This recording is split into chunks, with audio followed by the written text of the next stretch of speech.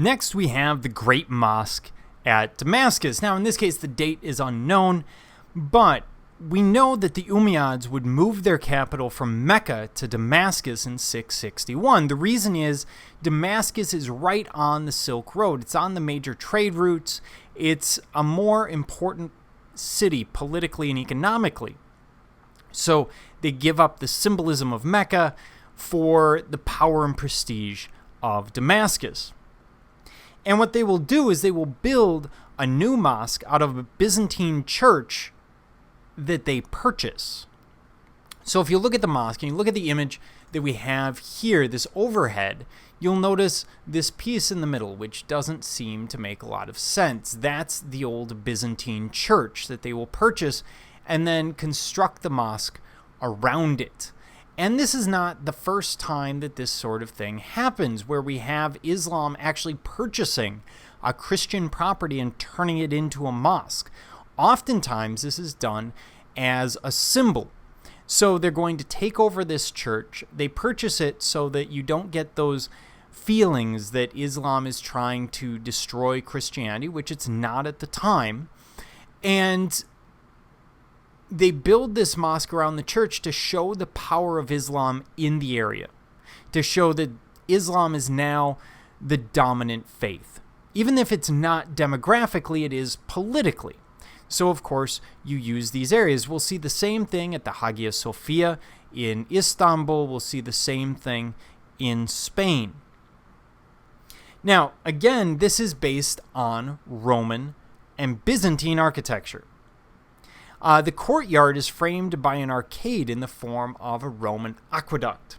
So as we look at it, we see that we have this arcade or covered walkway around the edge in the courtyard, and that covered walkway has two arched levels, very similar to what we see in a Roman aqueduct. And here's a general plan of the entire complex. Here we have the courtyard in the middle, as you would expect.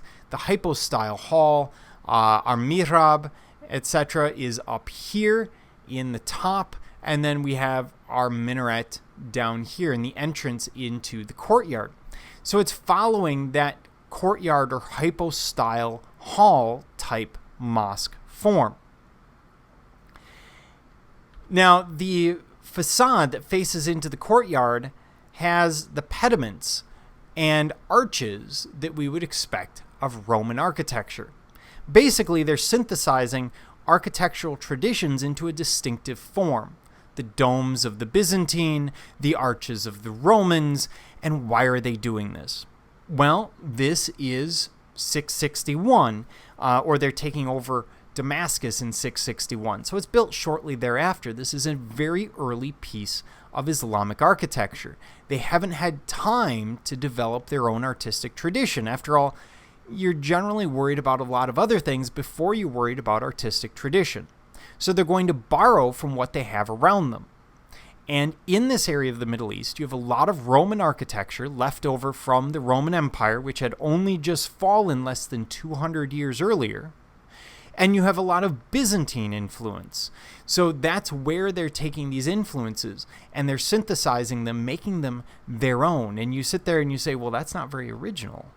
Well, that's exactly what the Greeks will do when you go back to Bronze Age and then classical Greece. They're borrowing early on, they're borrowing traditions from the Egyptians in the ancient Near East and elsewhere. We see the same thing from the Romans, borrowing from the Greeks, the Etruscans, the Egyptians, the Goths, etc.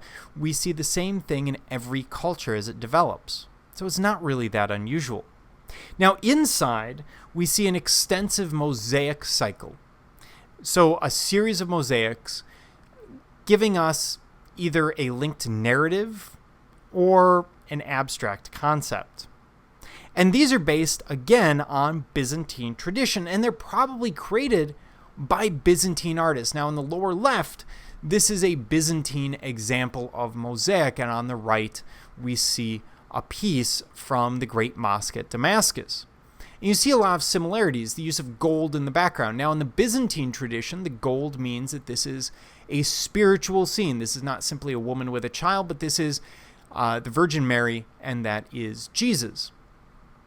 In the Great Mosque, we see very, very similar forms. The gold background speaking to the purity of heaven, the purity of the soul necessary to reach paradise.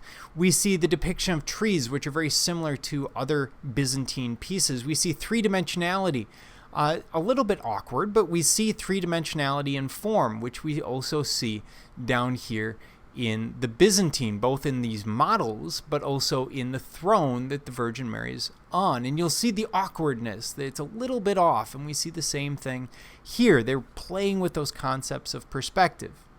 You might be thinking to yourself, why are the Byzantine artisans working for Islam? Again, it's pragmatism. The money that Islam is paying them is just as good as the money that any Byzantine client would pay them. So they're going to go ahead and work for them. It's the same basic tile work, the same mosaic ideas, the same techniques. Very similar forms. In fact, you could argue it's actually a little simpler because we're replacing human forms with plant forms and architecture, which are generally considered to be easier. So you can see where these traditions come together to create something new, just like we've seen at the Dome of the Rock.